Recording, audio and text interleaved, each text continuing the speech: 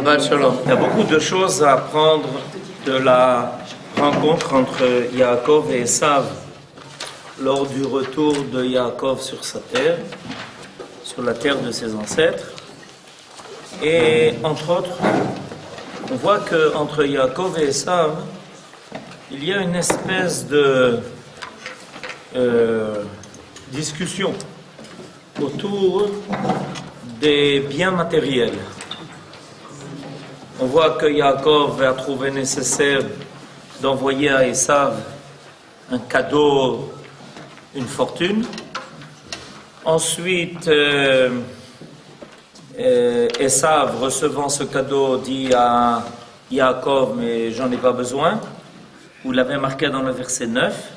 Vayomer Esav, yesh li rav, achi, yehi lecha, asher lach. Traduction, Esav dit, j'en ai amplement mon frère, garde ce que tu as.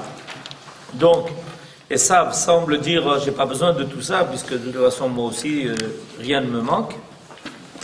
Et pourtant, Yaakov insiste, Vayomer au verset 10, Vayomer Yaakov, Alna imna matzati chen be'enecha, velakachta minchati miyadi. Ki alken raiti panecha kirot pnei Elohim vatirtseni. Yaakov répondit, oh non, si toutefois j'ai trouvé grâce à tes yeux, tu accepteras cet hommage de ma main, puisque aussi bien j'ai regardé ta face comme on regarde la face d'un puissant, et que tu m'as agréé. Et le verset 11 complète ça, Karna et birkati asher uvat lach. Ki Hannani Elohim, Vechi Yeshli Kol, Vayiftsar Bo Vaikar. Reçois donc le présent que de ma part on t'a offert, puisque Dieu m'a favorisé et que je possède suffisamment. Sur ces instances, Esav accepta. Une espèce de marchandage entre Esav et Yaakov sur le don, le cadeau, dans le but d'apaiser Esav, que Yaakov lui fait. Esav semble refuser, Yaakov insiste, finalement Esav accepte, et beaucoup de mots dans cette situation, dans notre paracha, pour nous parler précisément de ce marchandage qui veut dire quoi? On peut dire que, c'est des usages de politesse, que quand quelqu'un vient te faire un cadeau tellement important, alors tu dis je refuse, enfin c'est pas non, j'en ai pas besoin, faut pas exagérer, pourquoi tu m'as amené un si grand cadeau, et que Yaakov insiste quand même, et que finalement Esav, on pouvait peut-être s'y attendre, finit par l'accepter, ce cadeau immense. Nos sages ont repéré deux expressions importantes dans la façon dont Esav réagit au cadeau qu'il lui a donné et à la façon dont Yaakov argumente le fait qu'il tient quand même à donner ce cadeau à Esav. Alors, Esav va se servir d'un mot. Vayomer Esav yeshli rav. Yeshli rav, ça veut dire j'en ai beaucoup. Arbe, comme on dit en hébreu arbe. Dans la Torah, on dit rav. C'est la même racine. Par contre, lui, Yaakov se sert d'un autre mot. Au lieu de dire yeshli rav, il va dire yeshli kol. J'ai yeshli kol. Alors, Esav dit yeshli rav, alors que Yaakov dit yeshli kol. Alors, cette expression kol qui veut dire j'ai tout, comment quelqu'un peut-il affirmer qu'il a tout? C'est-à-dire que Yaakov dit à Esav, mais ça, non, j'ai vraiment l'intention de te donner ce cadeau, malgré la fortune qu'il représente, et Bémet, il lui a donné une fortune. Et l'idée c'était de lui dire, tu n'as aucune raison de te mettre en colère sur le fait que j'ai reçu la bracha. C'est pour ça qu'il avait dû se sauver devant Esav, parce que Esav lui tenait rancune d'avoir reçu la bracha. À sa place, il dit, regarde, Cette bracha, elle était censée m'amener l'abondance, mais je te donne tout. Donc, tu n'as plus à être jaloux. Et Yaakov se sert de cette expression Yesh li kol. Alors, cette expression Yesh li kol, c'est une expression qui est particulière et qui est tellement importante que nos sages ont trouvé nécessaire de la faire apparaître dans le Birkat Hamazon. Donc, c'est probablement quelque chose qui est important et sérieux que Yaakov ici a affirmé quand il a dit Yesh li kol. Alors, allons voir le commentaire de Munk. Et j'ai tout ce dont j'ai besoin, d'après le commentaire de Rashi. Tout, ça veut dire tout ce dont j'ai besoin. Des expressions analogues, bakol, mikol, sont employées au sujet des autres patriarches. Abraham, au chapitre 24, verset 1, et Yitzhak, au chapitre 27, verset 33, nous mentionnons ces trois termes dans la bénédiction du repas, Birkat Hamazon, en implorant pour nous cette suprême bénédiction des patriarches, être satisfait et se suffire de ce que l'on possède. Peut-être de temps en temps,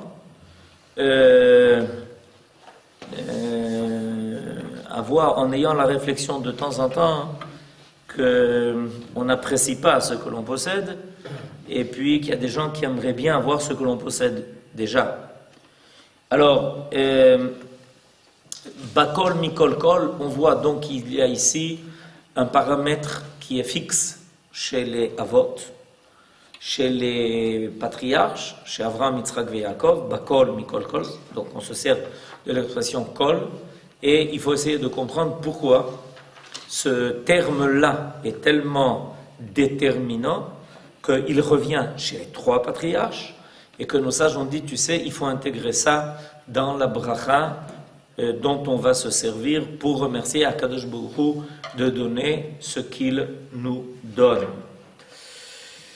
Pour les sages du Talmud, les trois termes Bakol, Mikol, Kol contiennent l'allusion que les patriarches goûtèrent l'avant-goût du monde futur, qu'ils ne furent pas aux prises avec l'instinct du mal et que leur corps ne fut pas sujet à la putréfaction dans la tombe. Donc, l'expression kol est une expression qui est très particulière parce qu'elle fait référence à un monde de la perfection. Alors, je vais essayer d'expliquer comment on voit ça. Le mot kol en gematria, c'est 50. 50. Kaf, c'est 20. Et la lettre lamed qui suit est 30. 20 et 30, c'est 50. Le mot 50 sert à faire allusion à un monde qu'on ne peut pas atteindre. Par exemple, je vous donne quelques exemples, vous allez comprendre. Par exemple, nous comptons 7 semaines entre Pessah et Shavuot, et la Torah a été donnée le 50e jour. Alors la Torah nous dit de compter 50 jours. Il y a un verset dans la Torah qui nous dit de compter 50 jours. Combien on compte ? 49. Alors, on nous dit de compter 50 jours et on compte 49. C'est bizarre, non ? On nous dit de compter 50 jours, c'est-à-dire d'arriver au 50e jour. Le 50e jour est un cadeau. C'est pour ça que ça s'appelle Matan Torah. Le mot Matan veut dire Matana. C'est un cadeau. Le 50e degré est un cadeau. C'est-à-dire que l'homme, par ses propres efforts, peut franchir toutes les étapes qui le mènent jusqu'au 50e, mais ça s'appelle Nun Sha'are Bina. C'est le 50e degré de la sagesse. Ce 50e degré, c'est pas un degré que tu atteins, c'est un degré que tu reçois en cadeau. Une fois que toi, tu as fait tous les efforts nécessaires pour acquérir, pour apprendre et surtout avoir les midot, les qualités, les vertus nécessaires, quand tu as réussi à franchir toutes ces 49 étapes, alors tu reçois un cadeau. Par exemple, on compte 7 fois 7 années. Et ça nous amène au Yovel. Le Yovel est un cadeau. Le Yovel est un cadeau. Tout d'un coup, la 50e année, les esclaves sont libres. Les propriétaires retrouvent leur propriété. Il y a quelque chose qui est fait en cadeau. C'est un cadeau. Qu'est-ce qu'un propriétaire qui a vendu son terrain il y a de cela 20 ans a fait pour retrouver la 50e année son terrain? Rien. C'est parce qu'il est arrivé à la 50e année qu'il retrouve sa propriété. Depuis 20 ans, il se lamente parce qu'il a été obligé, à cause de ses dettes, de vendre sa maison, sa demeure et son terrain. Et au bout de 20 ans arrive le Yovel, ça peut être au bout de 4 ans et pas 20 ans, au bout de 2 ans, et puis tout d'un coup, on lui dit, eh bien voilà, c'est à toi. Qu'est-ce qu'il a fait pour ça? Rien. C'est-à-dire que, donc, j'ai donné déjà 2 exemples. Au niveau du don de la Torah et au niveau de tout ce que le Yovel va permettre d'obtenir, la liberté, les esclaves, le retour à sa terre, tout ça, c'est donné en cadeau. Le 50e degré est un degré de cadeau. C'est donné quand tu as tout fait ce qu'il faut faire pour arriver jusqu'à. Alors maintenant, on commence peut-être à comprendre, en fait, à quoi fait allusion le mot kol. Le mot kol veut dire que les avot y ont touché. Les avot sont arrivés à toucher dans leur propre vie ce niveau-là, cette dimension-là. Ils ont passé beaucoup d'épreuves, comme on le sait, mais finalement, ils ont reçu cette bracha de Hakadosh Baruch Hu. Ils ont reçu la bracha de Hakadosh Baruch Hu, Bakol Mikol Kol. C'est la darga, c'est le degré du Olam Haba. Le Olam Haba, ce chiffre-là de 50, qui est un degré de cadeau qui nous est donné en cadeau, est un degré qui fait allusion à un monde qui est parfait, qui est le monde du Olam Haba. Pour les sages du Talmud, les 3 termes Bakol, Mikol, Kol contiennent l'allusion que les patriarches goûtèrent l'avant-goût du monde futur dans ce monde-ci. Qu'ils ne furent pas prises avec l'instinct du mal, c'est-à-dire qu'un homme est manquant, ça s'appelle le Yetzer Hara, il est manquant. C'est la définition du fait que l'homme soit manquant. Eux ont réussi à conquérir tout ce que l'on pouvait trouver de perfection dans la vie. Et évidemment, quand on arrive à un tel niveau, alors il est évident qu'on arrive à une situation où finalement il n'y a pas de mort. Il n'y a pas de mort. Il y a une vie qui est permanente. Ce qui empêche la vie permanente, c'est que durant sa vie, on n'a pas vécu tout ce qu'on aurait dû vivre. Si on avait atteint pendant le laps de temps de notre vie la totalité de la vie, alors il n'y aurait pas de mort. La mort est la conséquence du fait que pendant notre vie, on a laissé une place à moins que la vie. Ça va se traduire finalement par ça. Le Maharal explique que l'adjectif kol exprime l'intégrité d'un objet par rapport au nombre et à l'étendue. Il comprend ainsi la notion de perfection au sens moral et physique, telle qu'elle se révéla chez les patriarches. Il fait en outre considérer son objet non pas en ses parties, mais dans son ensemble. C'est-à-dire, les défauts sont toujours dans ce qui est partiel. Ce qui est partiel est manquant. Il manque la part qu'il n'a pas. C'est pour ça. C'est quelque chose qui est partiel. Lui manque la part qu'il n'a pas. Ok? Alors il faut donc essayer de conquérir ce qui manque dans cette partialité. Et le mot kol vient faire allusion à cela. C'est-à-dire qu'il y a la possibilité déjà dans notre monde de toucher à ça, d'avoir la possibilité de conquérir le kol. Ça c'est kol Israël. Yesh lahem chelek leolam haba. Vous entendez? Ça veut dire quoi, Kol Israël Shem Olam Haba? Tous les enfants d'Israël ont leur part au monde futur. C'est bien, mais ce n'est pas le sens littéral. Le sens littéral, c'est pas ça. Le sens littéral, c'est Kol Israël. Quand il y a Kol Israël, Yesh Chelek Leolam Haba. C'est-à-dire quoi? C'est-à-dire que dans la totalité de l'apparition d'Israël, quand on est en situation où on rencontre la totalité d'Israël, en réalité, on a déjà rencontré le Olam Haba. Vous comprenez? C'est pas ce qu'on a l'habitude de dire. On a l'habitude de dire, t'inquiète pas, finalement tout le monde arrive au Olam Haba, parce que tu fais partie d'Israël, et à la fin tout le monde a droit au Olam Haba. C'est bien, c'est encourageant, c'est bien. Mais en réalité, c'est pas le sens simple. Le sens simple, c'est pas ça.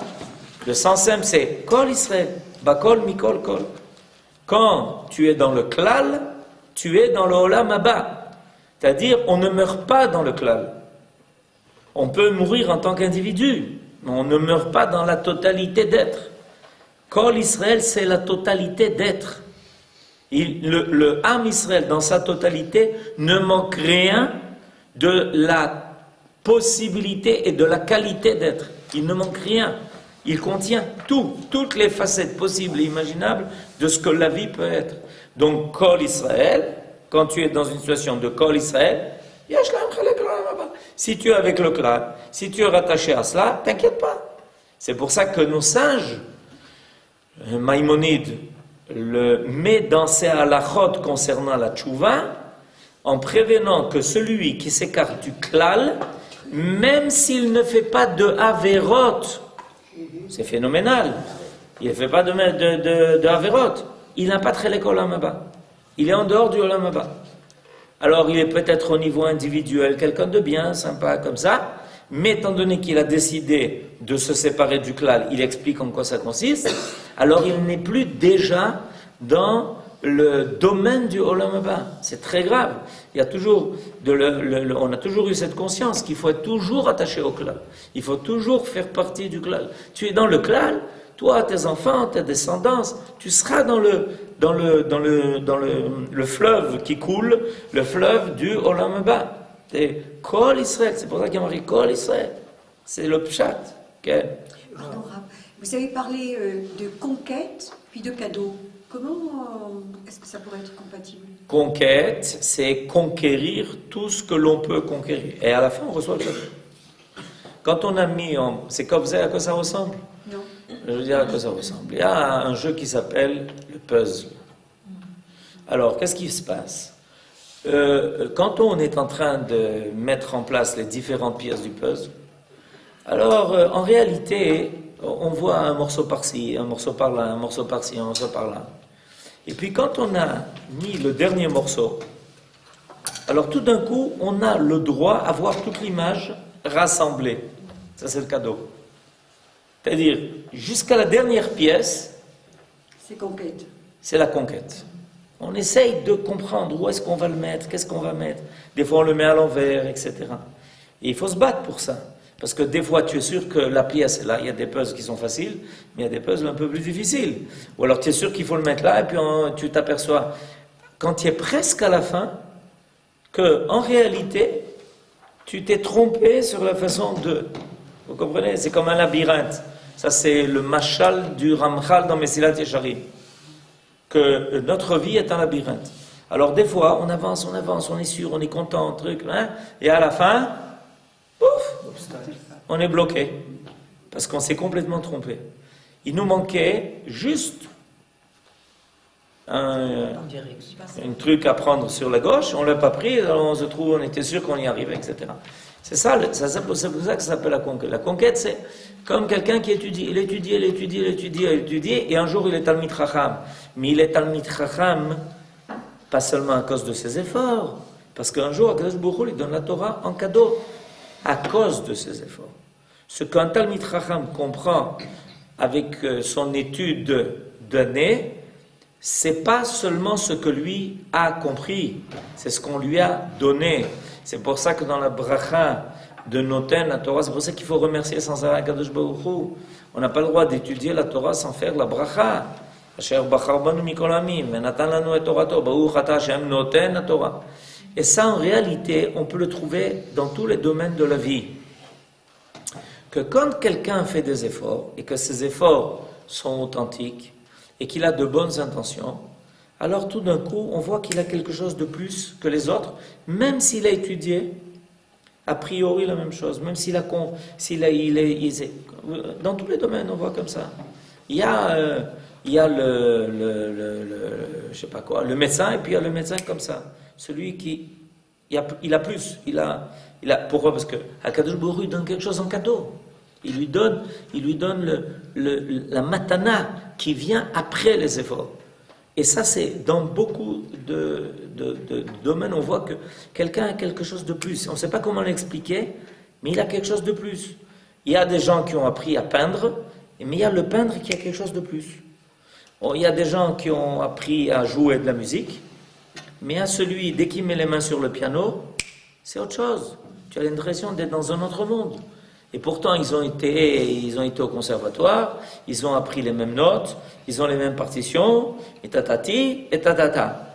Et à la fin, il y en a un qui a quelque chose de plus, qui lui a été donné en cadeau. On ne peut pas prendre quelqu'un, les grands compositeurs de musique classique, et de penser que c'est seulement par leurs efforts qu'ils ont été des génies pareils. Ou c'est pas possible. Il y a quelque chose de plus. À leur époque, il y en avait d'autres. Ok, mais c'est eux finalement qui ont eu quelque chose de plus. Et on appelle ça un don. Et on appelle ça un don. Il a fait. Ça s'appelle une matana. Kol hakavod. Il a un don. C'est le pshat. Vous vous rendez compte un peu du chidouche de Yehuda? C'est le pshat. C'est vrai. À la fin, qu'est-ce qu'il a? Mais il a le don. Il a le don. Ça veut dire que c'est pas lui. Ça lui a été donné. Il a le don, il a reçu quelque chose de plus. C'est quelque chose de plus. Ça c'est la darga chamishim. Ça s'appelle la darga chamishim. Ça s'appelle kol. Celui qui a plus que ce que l'on peut acquérir par soi-même, comme vient de le dire Yehuda, le don, c'est quelque chose de plus, qu'il est très difficile d'ailleurs de définir. C'est très difficile à définir. Il arrive à comprendre ce que quelqu'un n'a pas compris, quelqu'un d'autre ne comprend pas. Il saisit, il a une façon particulière d'appuyer sur les touches du piano. Je ne sais pas pourquoi. Dans la notion de klal et de olam haba, est-ce qu'on pourrait extrapoler en parlant de la notion de rov? C'est-à-dire, par exemple... De rov? Le rov. Est-ce qu'on peut pas, actuellement, en Eretz Israël, nous a-t-on appris, qu'on a dépassé 50% du Ham Israël. Est-ce qu'on peut dire que maintenant, concernant cette majorité qui s'est dégagée en Eretz Israël, tout Eretz Israël a la possibilité d'obtenir le Olam Haba? Ou est-ce que c'est particulier à un secteur de faire du communautarisme, un secteur communautaire particulier, s'attacher à une communauté et non... Voilà, est-ce qu'on peut rapprocher ces deux notions, selon vous? Premièrement, et les sages ont l'habitude de dire Al-Kol Davar Nidon Al-Pi Rov. C'est-à-dire que Adam Nidon Al-Pi Rubo. Alors, effectivement, quand il y a une majorité on est en route pour le Kol.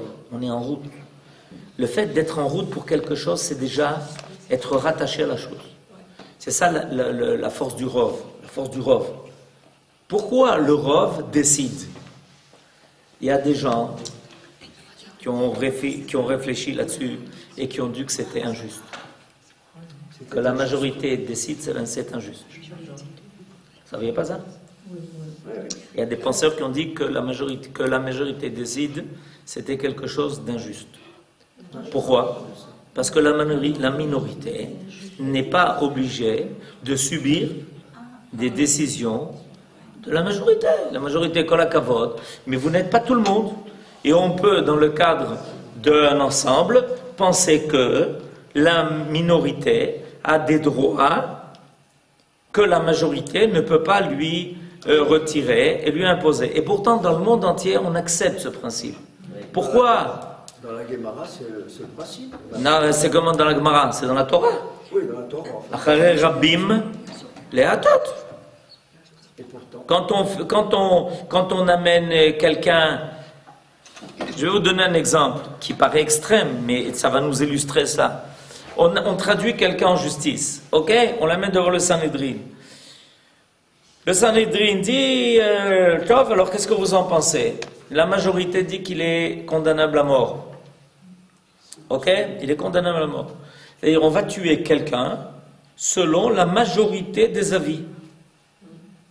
C'est bichlalo pachout. C'est la majorité des avis. Mais il y a des gens qui vous disent qu'il n'est pas condamnable à mort. Et alors, où ils sont passés ces avis-là? Est-ce que ça veut dire, qu'est-ce que ça veut dire? Ça veut dire quoi? Imaginez-vous que sur 71 Chachamim du Sanhédrin, 71, hein, c'est pas un petit chiffre, ok? Il y en a 34 qui disent qu'il n'est pas condamnable à mort et 37 qui disent qu'il est condamnable à mort. 37? Non, je me suis trompé. 37 et 34. Non, c'est bon. 37 et 34. Non, je ne me suis pas trompé. C'est bon. 71. Imaginez-vous qu'on tue quelqu'un, sur la vie de 37 personnes, alors qu'il y en a 34. 34, c'est pas n'importe quoi, 34 personnes, qui vous disent non, il n'est pas capable, il n'est pas passible de la peine de mort. Et vous savez dire qu'aujourd'hui, on le fait régulièrement, ce genre de blague.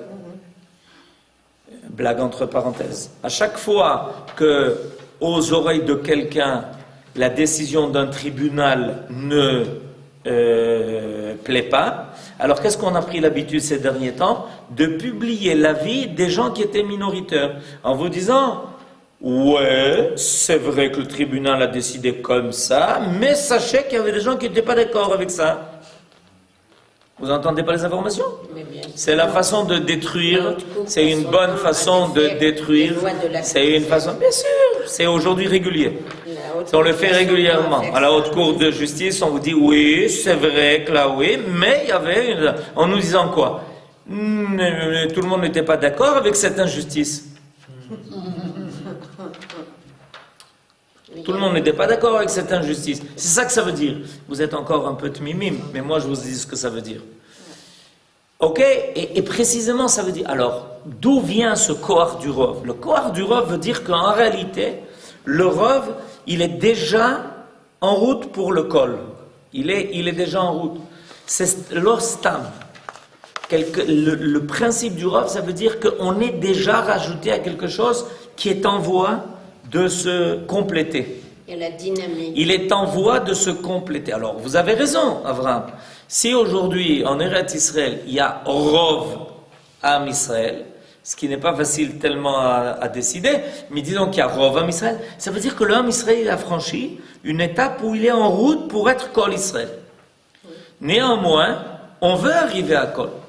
C'est-à-dire qu'il est clair que plus cette majorité se dirige vers le Kol, plus tout ce qui est manquant dans la réalité quotidienne disparaît, parce que c'est comblé, parce qu'il y a une conquête du Kol. Cette capacité d'être Kol, c'est pas n'importe quoi, c'est une force énorme.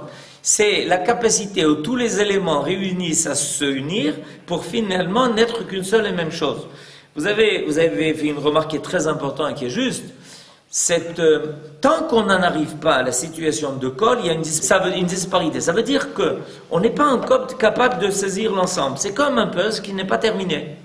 Et on arrive, un puzzle qui est bien fait, on n'arrive pas jusqu'à la dernière pièce à deviner qu'est-ce qu'on veut nous montrer. C'est seulement quand on a la dernière pièce que, hop, maintenant on a les clés en main. Alors le monde, il est en route vers ça. Il voit des choses, il voit un morceau par-ci, un morceau par-là, il voit quelque chose par-ci, et il lui manque le Kol. Et quand viendra le temps du Kol, alors tout deviendra clair, tout deviendra évident. C'est pas haut. Okay.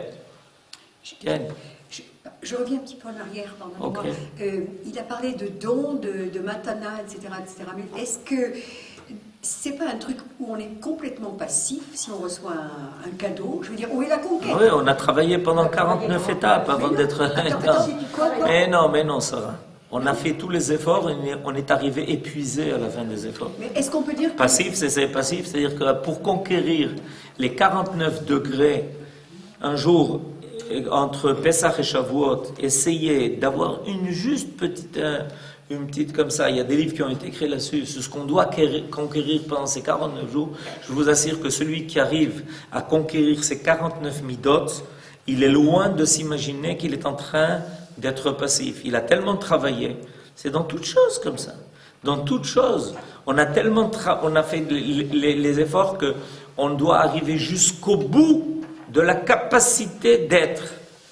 Et le cadeau qui est donné, c'est là où tu ne peux pas.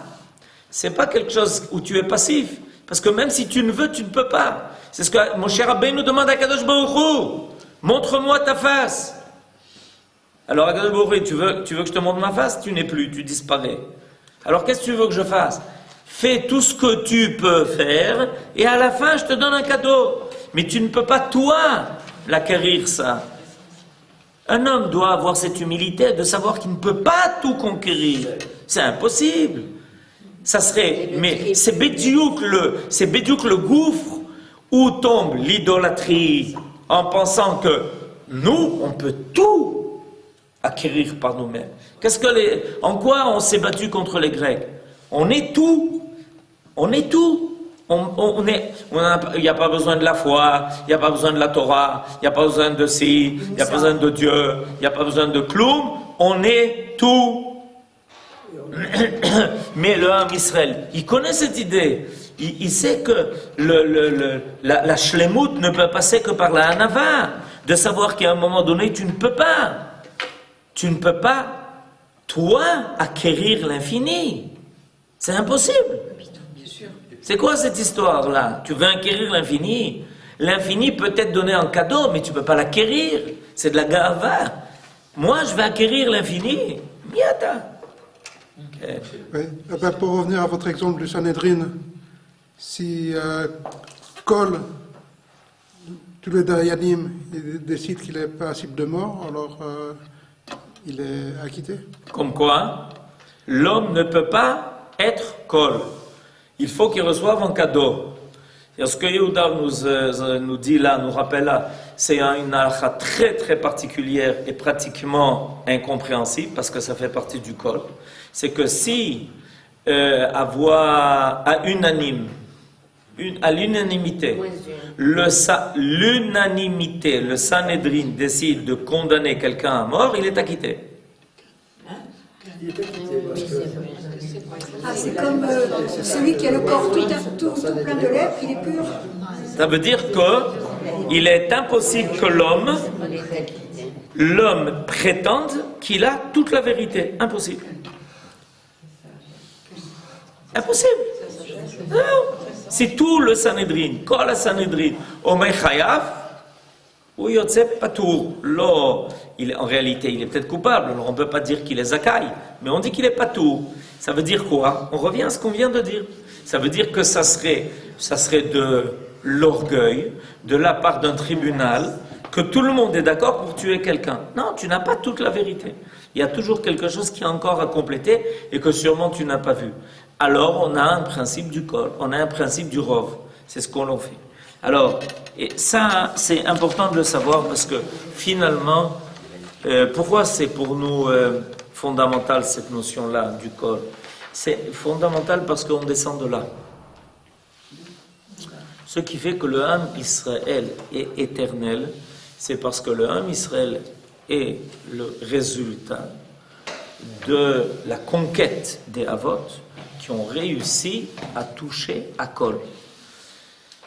Nos Avot, Abraham, Yitzhak et Yaakov, ont reçu, ont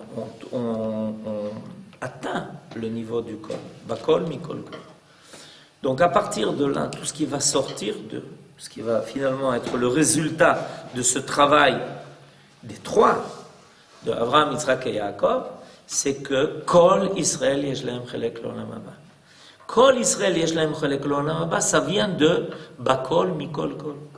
Parce que les avot ayant touché à une vie qui n'est plus atteignable, parce qu'elle a été totale, peuvent engendrer un peuple qui est total, qui ne succombera jamais à aucun des effets de l'histoire. Il est dans la situation de Bakol Mikol Kol. On vient de là. On est dans cette situation de Kol Israël yesh lahem chelek l'olam haba. Maintenant, au niveau des individus, non. Mais au niveau de l'ensemble et de la totalité du peuple, impossible, inatteignable. Le Ham Israël est le résultat de Bakol Mikol Kol. Nous sommes le résultat de cela. Kol et klal, c'est la même chose. Bien sûr. Alors pourquoi de la med? Parce que ça veut dire que pour y arriver, il faut étudier. Oula. Aujourd'hui, on a des chidushim, Habibi. C'est les grands chidushim, c'est Kol Yafem Meod. Kol HaKavod. Ok? Un peu plus, c'est que vous avez dit que la mort, c'est parce qu'on a quelque chose dans la vie que... On a moins vécu dans la vie que tout ce qu'on devait vivre. Bien sûr. On a laissé dans notre vie des temps morts. Des temps. T-E-M-P-S, mort. Donc on a goûté à la mort. S'il n'y avait pas de temps mort, s'il n'y avait rien de mort dans notre vie, si on avait été jusqu'au bout de tout ce que nous sommes capables de faire et d'acquérir par notre propre volonté, c'est les avot. Rien n'est perdu dans leur vie. Mais quand dans ta propre vie, qui t'a été donnée, tu vis ça, et dans ta propre vie, tu laisses des trous, etc., donc tu as déjà goûté toi-même. C'est l'homme qui, par lui-même, s'est déjà donné le goût de la mort dans sa propre vie. C'est ça qui est. C'est ça, quand on le comprend, on se dit, ah, dommage. Dommage pour le temps perdu. D'accord ? Et il y a une expression très belle en français qui s'appelle tuer le temps. C'est-à-dire c'est le suicide. Imaginez-vous comment on a inventé une expression pareille. Il y a de quoi être malade. Tuer le temps. Qu'est-ce que tu fais pour tuer le temps? Allez-y. Est-ce à dire que les temps morts, c'est le manque d'études? Les temps morts, c'est des moments où on arrête de vivre. L'étude est pour nous expliquer la valeur de la vie. L'étude, l'étude est un moyen qui est là, puisque c'est l'étude de Torah Chaim, pour nous expliquer que ça vaut le coup de vivre et qu'il ne faut pas laisser des moments morts dans notre vie. C'est ça le secret. Mais on vit pas seulement en étudiant, on vit en faisant du chesed, en éduquant des enfants, en faisant la guerre pour conquérir notre terre. On vit en beaucoup de choses. Mais tout ça, c'est un contenu de vie. C'est ça. C'est pas forcément l'étude. Il n'y a que dans l'étude qu'on arrive à vivre. Non. Il faut aussi se marier, avoir des enfants, des petits-enfants, des arrière-petits-enfants. 5, 6, 7, 8, 9, 10, 20 générations, 35, 50. Une petite anecdote, j'ai lu un article sur la vie des Japonais. Et on pourrait pratiquement, en lisant cet article, on peut penser à ce Kol Mikol Kol. Pourquoi? Ils n'y ont peut-être pas pensé, ou peut-être oui. Dans leur vie, on sait que les Japonais travaillent énormément, font des heures, mais ils trouvent le moyen d'agrémenter leur vie, de trouver le temps, d'éviter ces fameux temps morts dont vous parliez, en faisant de la méditation, donc de la spiritualité, en faisant des exercices, en faisant toutes sortes de choses pour pouvoir combler leur journée. Et pourtant, ils travaillent d'une façon anormale. Donc, on peut arriver... Je crois que l'espérance de vie au Japon est la plus grande. Il y a un problème de l'alimentation qui est... Je n'apprendrai à personne que l'alimentation japonaise est une des alimentations que l'on devrait pratiquement tous acquérir, parce que c'est une source de longévité, entre autres. Non, mais moi je pensais que ça avait trait avec ce que vous aviez dit. Oui, mais de leur vie. C'est-à-dire que le fait de mettre à profit. De mettre à profit le De temps. mettre- ouais, c'est-à-dire Ils que arrivent, on sait pas comment, ne pas mourir, ne pas mourir de son vivant. ne pas mourir de son vivant. Exactement. Ouais. Et eux l'ont compris. Shabbat shalom.